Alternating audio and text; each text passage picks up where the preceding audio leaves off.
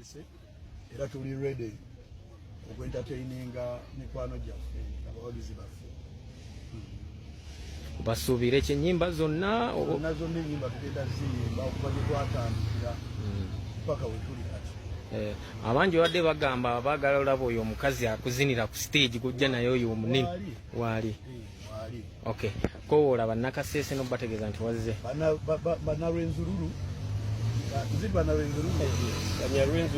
Bannarwenzururu olunaku lwa leero obedde tuli ku venue wano wennyini twatuuse dda ne yesterday twabaddemu ati tujja beeramu mpaka so mbakowoola mujje okuyingira sente ekiri nnyo mutwalo gumu mujje mu bungi nnyo tunyumirwe music yamaani mbamaleko stress.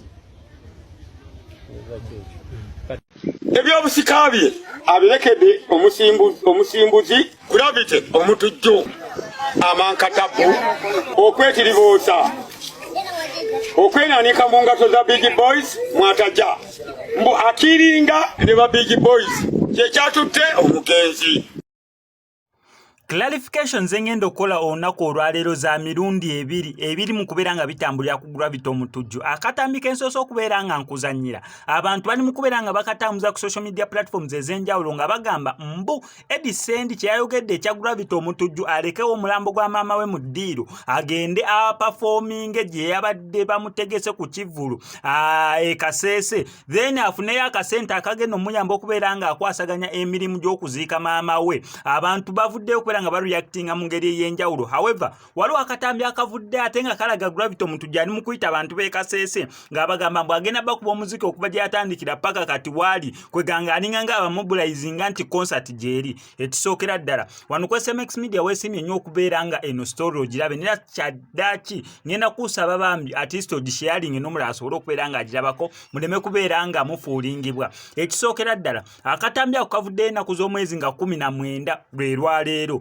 Concert oba Kivulu Gravity omutujju kyabadde alina okubeera nga performingako yabadde alina kiperformingako olunaku olw'eggulo ng'ennaku z'omwezi 18 e Kasese. Ekyo mazo kikiralinga so bino eno oba buno obutambi bwabadde bwamaze dda okubeera nga bukolebwa okusinza kunze kyemmanyi bwabadde bwamaze dda okubeera nga bukolebwa olunaku olw'eggulu nga mawulire g'okufa kwa maama wa Gravity tekunaba beera nga kubuutikira ekibuga oba naye kennyini nga tanaakubeera nga amanya nti maama we afudde.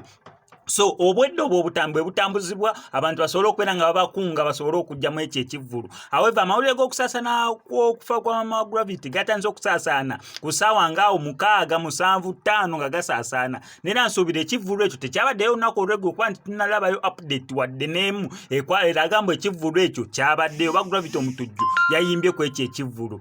Ekyokubiri akatambi akatambuzibwa nga kalaga omusajja asinga okubeera ng'asoma ebirango Gravity omutujju gwe yasooka mu kayimba ka Chilling with the Big Boys naye abantu bakakomyezzaawo kino nakigambyeko dda olunaku olw'eggulo nti oba otambi ng'obwo oba ebimugambo ogutokomoka tugenda suubira mungi nnyo nnyini ddala kufa kwa maama wa Gravity. However, wano ku SMX Media nze buli kimu jakibatuusaako kyolina okukola subscribinga nyiga notification bell